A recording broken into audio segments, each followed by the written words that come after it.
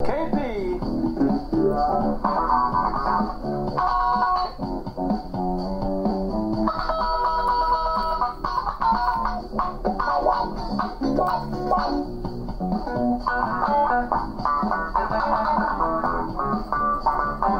KP in the news.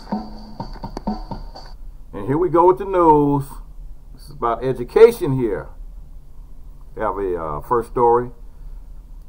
A powerful photo shows black medical students. That's the photo that I had at the beginning of the broadcast. Students standing in front of a former slave plantation in white coats. So, a group of students from Tulane University School of Medicine is gaining attention after they gathered together at a former slave plantation in Louisiana to pose for a photo they say powerfully illustrates their ancestral resiliency. The emotional impact of the photo is undeniable, as the students, who are all part of the Student National Medical Association at Tulane, stands stoically in front of the former slave quarters at Whitney Plantation in Edgar while wearing white coats, an idea that came to fruition thanks to the suggestion of Dr. Russell Leddett. Leddett, who recently completed his PhD and MBA and is now working towards it, and his MD tells People magazine, he has inspired, and he was inspired to bring his classmates to the plantation in Edgar, which now operates as a slavery museum, after going with his friend and eldest daughter. My 8-year-old daughter was like, "Dad, it means a lot to be a black doctor in America. I think about where we started, we made it pretty far," he explains. I was like, "You're right. I think more of us should see this." So, Leddett proposed the idea to his Tulane classmates, emphasizing how the powerful image would illustrate this connection between America's past and America's present, as well as promote unity between the students as they pursue a career path he says it lacks diversity. And that's a good thing. It's showing that, once you put your mind to it, you can do whatever you want to do. You don't have to just sit around and just wait on things to happen. You got to get out there sometimes, and you got to do it. You got to just go ahead and do it. And that way, don't wait on people to hand stuff to you. Just go out and get it. Okay. Award-winning author helps teens get published while increasing their literacy scores. Empath, visionary, trailblazer, paradigm shifter, Hollywood, South Carolina's native son, Shay T. Gatson, author of Hallelujah in Hollywood, and I covered this story once before, but this is a pretty good one. It says Gatson has implemented the Rough Riders program in Houston, Texas, which addresses literacy, student voice, and student choice among urban youth. His pioneering technique, literary hip-hop, or #lip-hop, uses the key components of hip-hop to encourage students to write from their hearts and to write the real issues that they want to share with the world. Profound love of literacy gave me a voice in the world and a choice in this world, Gatson said. I want to do everything in my power to ensure that African American and Latino children, the most marginalized, underserved, and maligned demographic groups in American schools, have the opportunity to express themselves. I want to clog the school to prison pipeline by teaching students to write masterpieces like mine.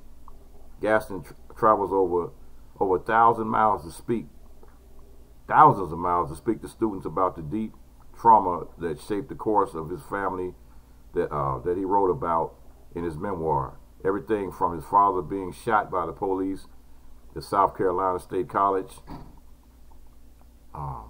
now known as South Carolina State University, in the first school shooting on an American college campus, the Orangeburg massacre, to his father's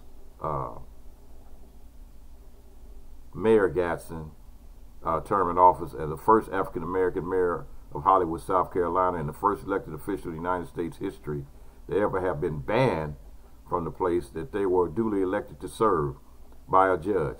Gaston leaves students transfixed and entranced as he called the stories of the ravages of drugs that his arsonist, crack-selling, and crack-addicted brother endured.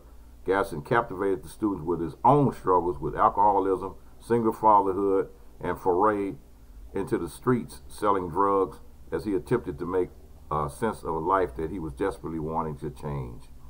So it's another story of a person that had went through some adversity, and he came out of that adversity by sometimes you just got to stop, take a look at yourself in the mirror, and evaluate your life, and then from that point on, stop doing the things that you're doing that are destroying you, and move forward doing something new, something more better and constructive. It can happen. And one of these days I'm going to tell you my story about where I came from and where I've been, and where I am now. It's a total 180 from what I used to be years ago. Okay, here we go. It's another, I always try to come up with a good one. Here's a feel-good story of the day. It's a 80-year-old black woman makes history. Graduates from college with a 3.69 GPA, grade point average. Donzella Washington, 80-year-old woman from Alabama, is celebrating being the oldest person to ever graduate from Alabama A&M University. Even more, she graduated magna cum laude with a 3.69 GPA with a degree in social work. She dedicated her achievement to her late husband, who she says had always been supportive of her. Washington is now the oldest person to ever graduate from Alabama A&M. She now plans to travel to nursing homes across the country as a motivational speaker and hopes to inspire other people, young and old, to believe in themselves and their dreams.